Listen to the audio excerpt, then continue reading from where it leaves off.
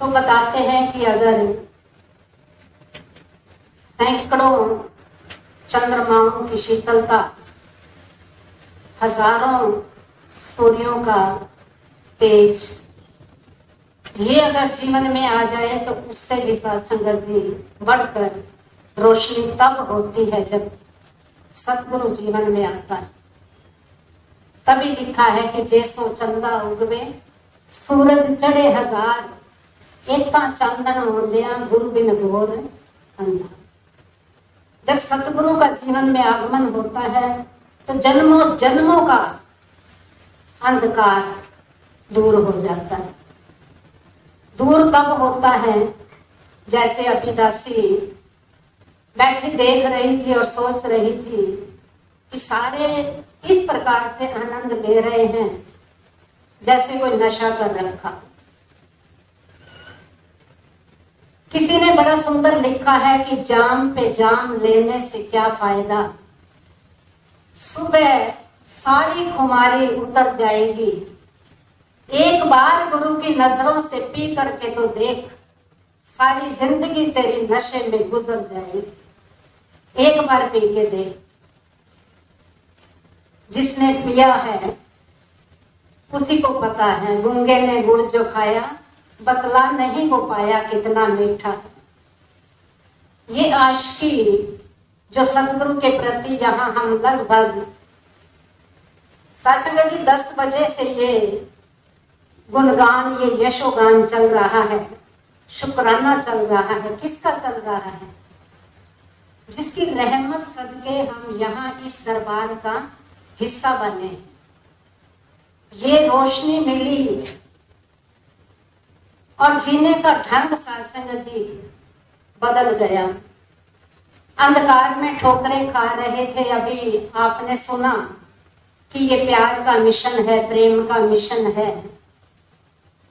जहां संसार के अंदर नफरतें बढ़ाई जा रही हैं, वहीं ये निरंकारी मिशन उन नफरतों को दूर करने का भरसक प्रयास सतगुरु माता जी लंबी लंबी कल्याण यात्राएं करके जन जन तक ये संदेश पहुंचा करके कि वैर ना तकरार दी आज है जरूरत प्यार, ये संदेश सत्संग जी, ये संदेश सतगुरु माता जी तो दे रहे हैं। ये सतगुरु का विरद होता है। अभी आपने सुना भी कि सतगुरु यमुना केवल है पर उपकार, ये प्रेम का पाठ पढ़ाने के लिए आता है और ये अपना विरद निभाता है और सतगुरु माता जी निभा रहे हैं।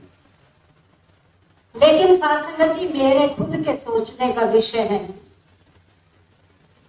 कई बार हम ये सोचते हैं कि हम इस मिशन में आए, हमारी नेगेटिविटी खत्म हो गई, पॉजिटिविटी आ गई।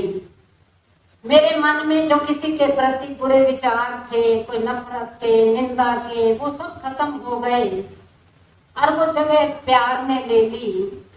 वो खाई दूर हो गई, वो प्यार से भर गई। लेकिन सत्संग जी कई बार सुनने में भी आया, लिखा हुआ भी पढ़ा कि हम बड़े फक्र से कह देते हैं कि हम तो ज्ञानवान हैं, हम पर तो सतगुरु की कृपा है, अपने आप को ज्ञानी समझ लेते हैं। ज्ञान का अभिमान तो हो जाता है, लेकिन अभिमान का ज्ञान नहीं होता कि कब ये अभिमान हो गया, उसका ज्ञान होना जरूरी है।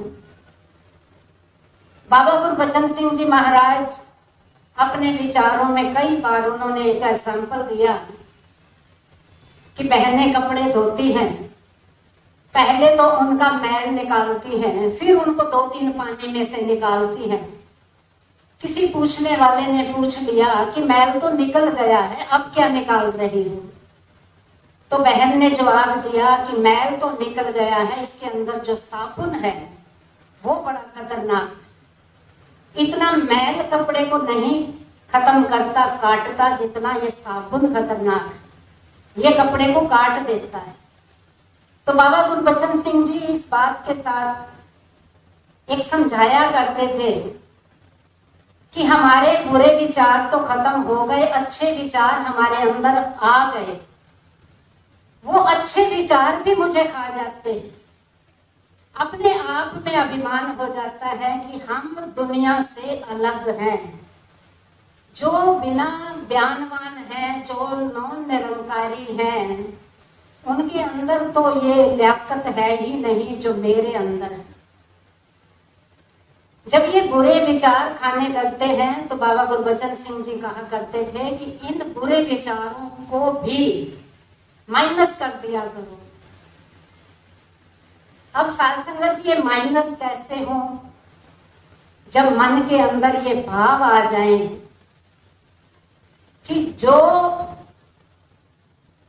मैं कर रहा हूं, मैं सोच रहा हूं कि ये मैंने किया है, ये कभी मन में भाव ही ना आए, ये कर्ता भाव खत्म हो जाए कि ये मैंने किया, जो कुछ किया सो हर किया, भाई कबीर कबीर। फिर ये अच्छे जो विचार हैं, जो मेरे मन के ये भाव बन चुके हैं कि मैं कुछ कर रहा हूं, मैं दुनिया को प्रेम का पाठ पढ़ाने वाला हो गया हूं, मैं दुनिया को ब्रह्म ज्ञान के साथ जोड़ने वाला हो गया हूं। ये भाव जो सत्संग जी करता भाव आ जाते हैं, फिर ये माइनस हो जाते हैं जब वो कबीर जी की लाइनें याद आती। सत्संग जी, निरंकारी कहलवाना, निरंकारी बन जाना बड़ा आसान है। हम नेम प्लेट लगाते हैं, उस पे भी बड़े फक्र से निरंकारी लिखवा देते हैं। महात्मा विवेक शोक जी समझाया करते थे कि अगर मैंने अपने दरवाजे पे प्लेट पे निरंकारी लिखवा रखा है तो जरा सोचा करो कि मेरी जिम्मेवारी कितनी बढ़ गई। जो भी निकलेगा, जो भी अंदर आएगा, जिसका भी मुझसे वास्ता पड़ेगा, वो ये जरूर सोच करके आएगा कि ये निरंकारी है, ये बहुत अच्छा होगा। उसके बावजूद मेरा उसके साथ व्यवहार क्या रहा, मैंने उसका आदर सत्कार कितना किया, मेरी भाषा में मिठास कितनी थी, ये मैंने सोचना है। केवल एक निरंकारी लिखवा देने से बात नहीं बनती।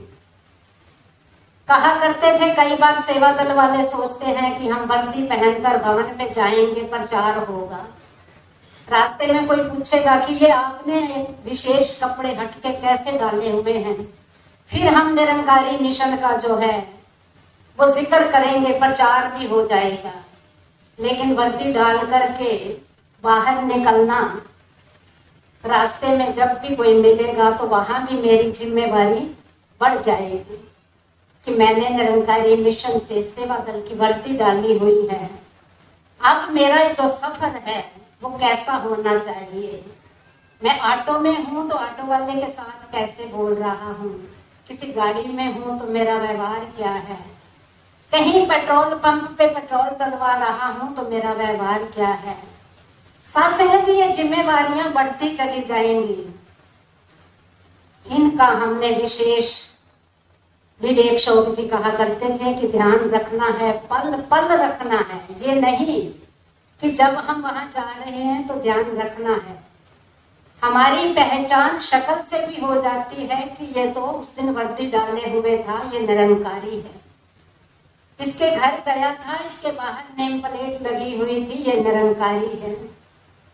मैं अपनी गाड़ी के पीछे पोस्टर लगवा लेता हूँ, सतगुरु माता जी की फोटो भी होती है।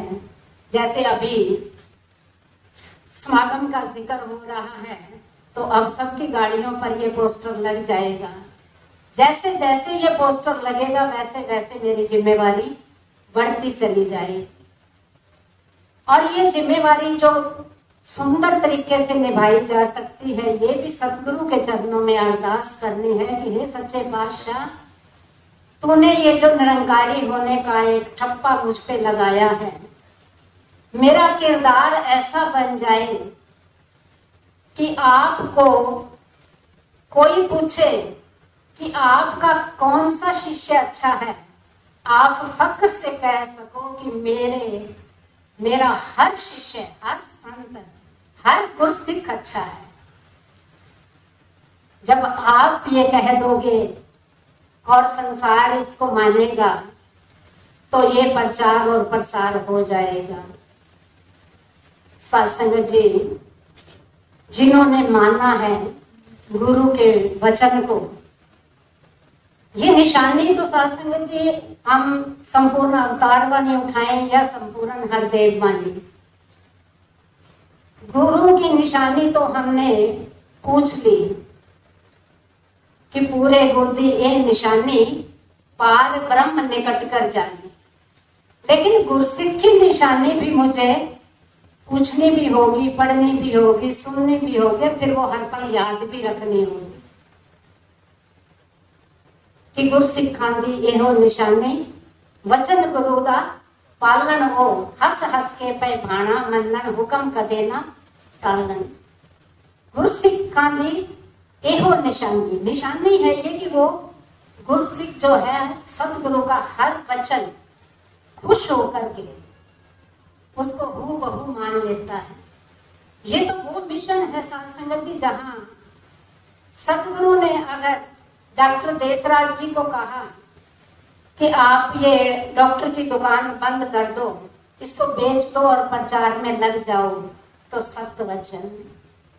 अगर महात्मा रामशरण जी को कहा कि ये बच्चा महात्मा करतार सिंह साहनी जी की गोद में डाल दो, उसके पास बच्चा नहीं है, तो अपनी ममता को न्यौछावर कर दिया और तां जिंदगी अपने मुखारबिन से जिक्र नहीं किया। ये वो मिशन है जहां अगर किसी महात्मा ने निरंकारी मिशन से ब्रह्म ज्ञान ले लिया और घर वालों ने कहा कि बेदखल कर देंगे, तो बेदखल हो गए, लेकिन गुरु के वचन को आगे रखा, गुरु पर विश्वास जो था उसको आगे रखा और सब चीजों को छोड़ करके, यहां तक कि अगर गवर्नमेंट जॉब के लिए भी बाबा जी ने कह दिया कि रिजाइन कर दो और प्रचार प्रसार में लग जाओ, तो पल नहीं सोचा कि मैं अगर सर्विस से रिजाइन कर दूंगा तो मेरे परिवार का क्या होगा, नहीं सोचा।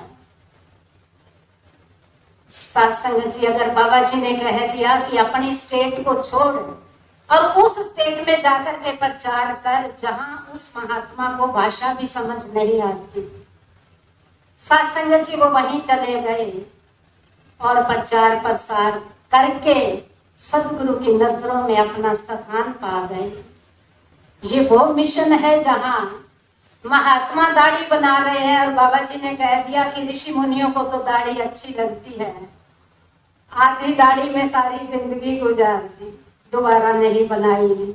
ये वो मिशन है सत्संग जी। कैसे कह दें कि शहनशाह जी वाला मिशन है, ये नहीं है। ये मैंने सोचना है कि मैं शहनशाह जी वाले मिशन के अनुरूप चल रहा हूं या नहीं, मैं सतवचनी हूं या नहीं। यहां हम जब भी आते हैं, हम केवल और केवल इन लम्हों का, इन शब्दों का जो यहाँ बोले जाते हैं, अपने ऊपर फोकस करने के लिए। सदगुरु माता सुदीक्षा जी बार बार अपने विचारों में फरमा रहे हैं कि अगर मैं दूसरे पर फोकस करता रहूंगा तो अपने लिए समय नहीं मिलेगा। अपने लिए अगर समय ना मिला तो मेरे अंदर जो चीज होनी चाहिए, जो गुणों का मुझे गाहक बनना है, वो मैं नहीं बन पाऊंगा, क्योंकि मैं तो औरों के अवगुण ही छांटता रहा, औरों के जीवन को ही देखता रहा कि वो कैसे जी रहा है। अपने ऊपर फोकस करने का ये समय जो मिलता है, इसका भरपूर लाभ उठाना है कि आज यहाँ पर क्या बोला गया, क्या मैंने सुना। निरंकारी दास माता जी कहा करते थे कि केवल सत्संग में आना भक्ति नहीं है। ये कोई ना सोच ले कि मैं पूरे हफ्ते में पूरा हफ्ता रोज संगत करता हूँ या दिन में 2 बार करता हूँ और मैं भगत बन गया हूँ, मैं भक्ति कर रहा हूँ। नहीं, भक्ति है नाम समर्पण का, भक्ति में शर्त नहीं चलती। क्या पता कितनी शर्तें लेकर के मैं सत्संग में आ जाता हूँ कि मुझे ये मिल जाए, मेरा वो काम हो जाए, कई बार तो गिले शिकवे भी लेकर के आया जा सकता है कि मुझे आशीर्वाद तो मिला था कि हो जाएगा, हुआ तो नहीं। लेकिन सत्संग जी सदगुरु माता सविंदर हरदेव जी ने कई बार फरमाया कि इश्क हकीकी में केवल एक ही असूल है, अगर तू कबूल है तो तेरा किया भी कबूल।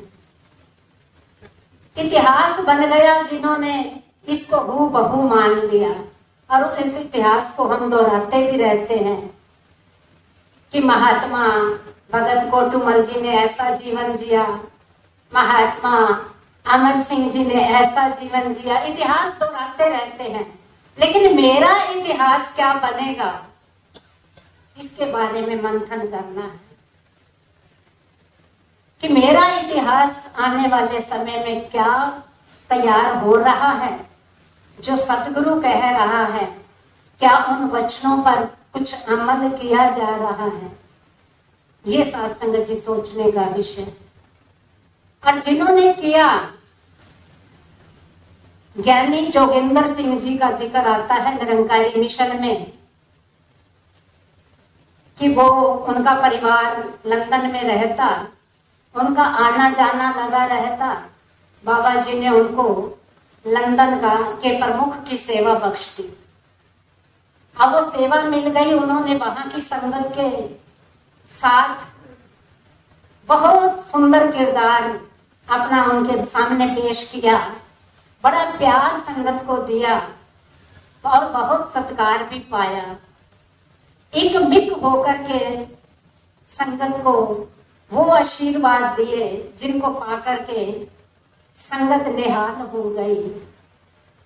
समय आया, महात्मा जोगिंदर जी ज्ञानी जी ने शरीर छोड़ा, श्रद्धांजलि समारोह था, संपन्न हो गया, अनेकों ने जीवन पर प्रकाश डाला।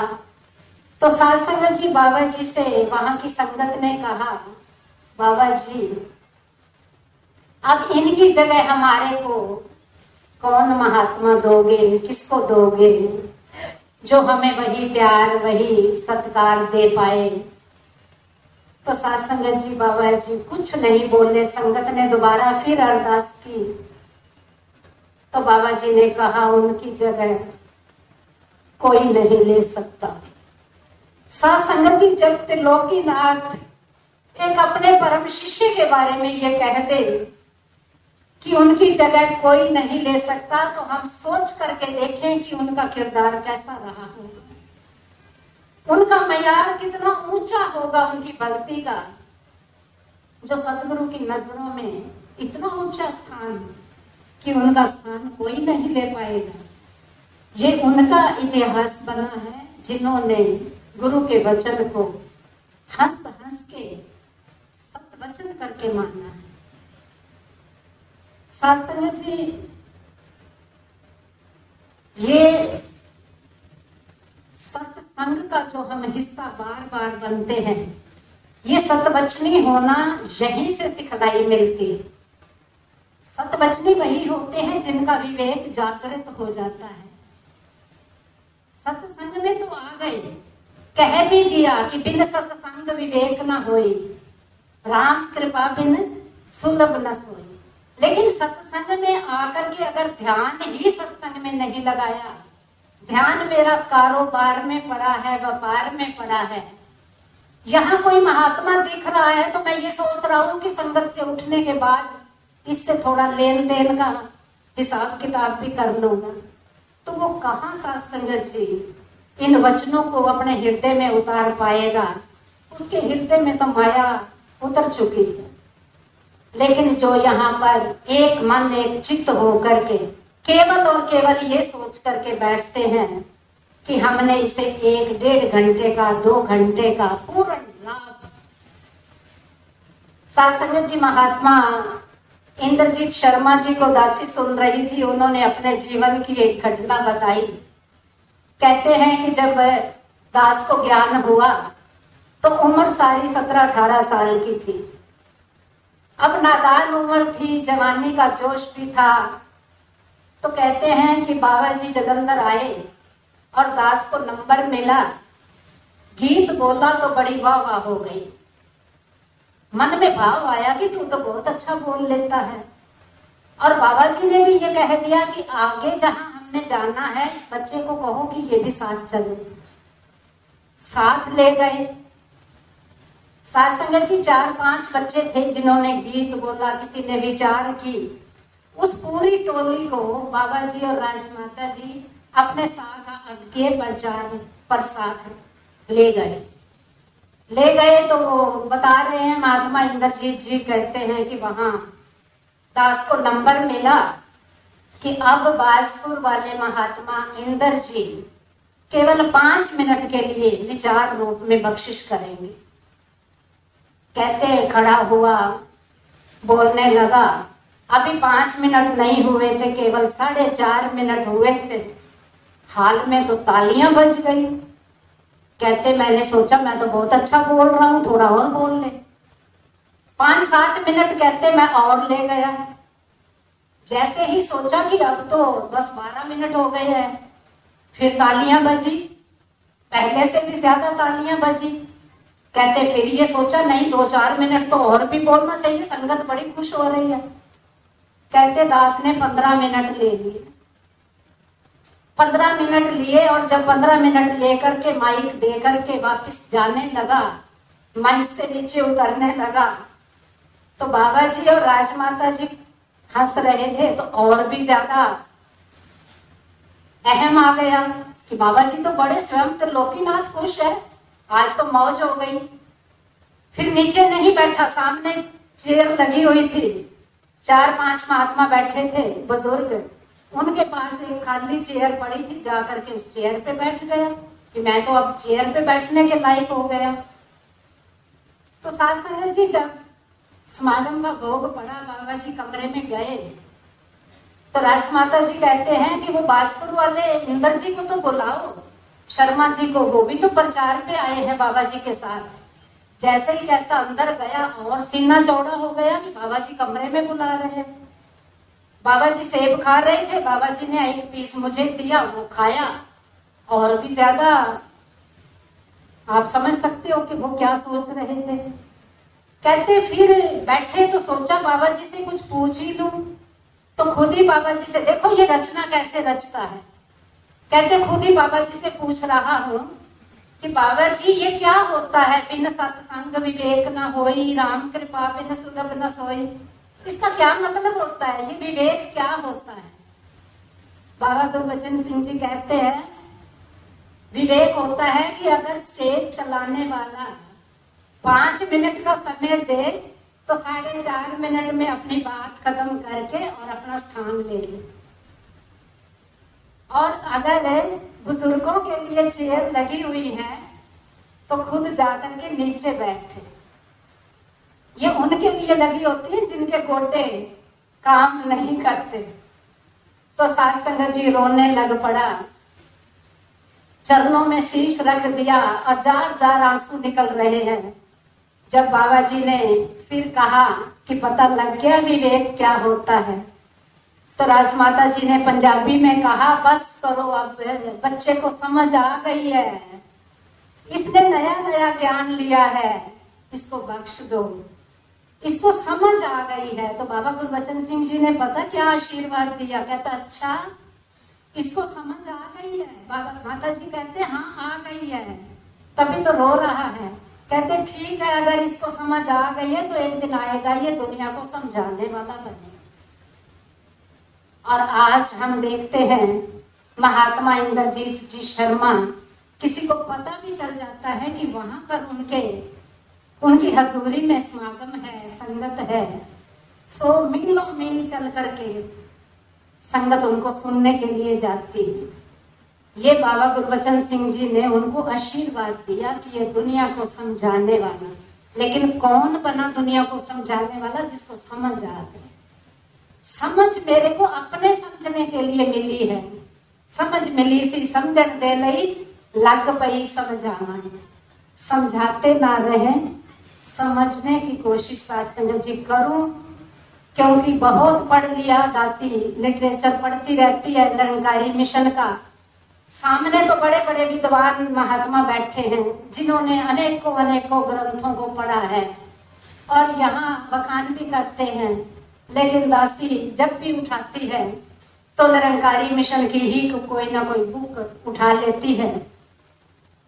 बहुत पढ़ लिया साथ संगत जी, अब तो दासी यही कहेगी कि पढ़ पढ़ इलम हजार किताबा, कदे अपने आप ਨੂੰ तो पढ़िया ही नहीं, जा जा वरदा मंदिर मसीती कदे अपने अंदर ता वड़िया ही नहीं। अब तो मेरे ये सोचने का समय है कि बहुत पढ़े लेकिन अपने आप को पढ़ने की जरूरत है। जैसे महात्मा इंद्रजीत जी शर्मा कह रहे हैं कि वो दिन है और ये दिन है, कम से कम भी इस बात को 60 बरस होने को है, लेकिन वो बात भूलती नहीं कि विवेक क्या होता है। आओ सत्संग जी, विवेक जागृत रहे, इसके लिए मुझे इस क्लास में बार बार आना है। हर महात्मा के वचन को ध्यान से सुनना, मंथन करना, फिर उसको जीवन में उतारना है। केवल सुनने से और आगे जाकर के सुनाने से, जैसे दासी ने आपके बीच में सुनी हुई बात रख दी, ये सुनाने से बात नहीं बनेगी, बात अपनाने से बनेगी, जीवन में उतारने से बनेगी। दासी हाथ जोड़ करके आपके चरणों में अरदास करती है कि बोला दे नक्शियां च अमला दा रंग भर दे, ए जीवन गुजारा तेरे संता तो डरदे डरदे। अब इस सत्संग जी, आपने महिला समागम के बारे में सुना, हमें तो सतगुरु माँ सत्संग जी, सतगुरु माँ को इस परमात्मा ने वो अदमत कमाल दी है कि माँ की दुआ ने अपने बच्चे की हर बला टाल दी है। कुरान में तो माँ की इस तरह से मिसाल दी है कि जन्नत ही उठाकर माँ के चरणों में डाल दी। जन्नत मिली है साथ संगत जी। निरंकारी राजमाता जी ने हमारे लिए महिला समागम की मांग रखी और बाबा जी ने ये वर हमारी झोली में डाला। महिलाओं की जिम्मेवारियां सबको पता है कि किस तरह से वो अपने बच्चों को संस्कार देती हैं, परिवार के साथ मिल करके चलने के माहौल बनाती हैं कि सारे परिवार, रिश्तेदार, मित्र प्यारे के साथ अच्छी तरह से कैसे निभ सकती है। ये संस्कार सत्संग जी हमें संगत में आकर के मिलते हैं। और ये महिला समागम जो हमारे हिस्से में आया है, दासी आप सबको बधाई देती है कि सच्चे पातशाह ने कृपा की, बड़े दिनों से इंतजार कर रहे थे कि कब वो समा आए और हमें सत्संग जी को समझाने के लिए सतगुरु माता जी किसी को अपना संदेश दे करके भेजे, तो दातार की रहमत से ये समा आया है। आप सबकी कृपा से, आप सबके सहयोग से ये बहुत सुंदर तरीके से संपूर्ण हो। ये आपके चरणों में, सतगुरु माँ के चरणों में अरदास है, दातार कृपा करे सबके लिए। दासी यहाँ कई महात्मा, कई बहनों ने अरदास की कि सेहत ठीक नहीं रहती। दासी सारे संसार के लिए भले की कामना करती है कि सब तन करके तंदुरुस्त रहे, मन करके शांत रहे और धन करके सबके भंडारे भरपूर रहे और आप जी के चरणों में बैठ करके ये भक्ति सुख प्राप्त करें। सतगुरु माँ, दासी को तो ऐसा लग रहा है कि सतगुरु माता जी दूर विदेशों में गए हुए हैं और ये ड्यूटी उन्हीं ने लगाई है कि आप जी ने पीछे से बैठ करके ये संगत से आशीर्वाद लेना है और उनको ये कहना है कि मैं जल्दी आ रही हूँ, आपके दर्शन करूंगी, आपके चरणों में जल्दी उपस्थित होंगी। हमारे को वो समय भी मिलने वाला है जब वेलकम समागम होगा, सतगुरु माता जी हमारे बीच में फिर विराजमान होंगे और हम ढेरों आशीर्वाद, फिर समागम की सेवाएं, फिर समागम। और सत्संग जी बड़ा खुशियों भरा समय एक संत महात्मा के लिए होता है।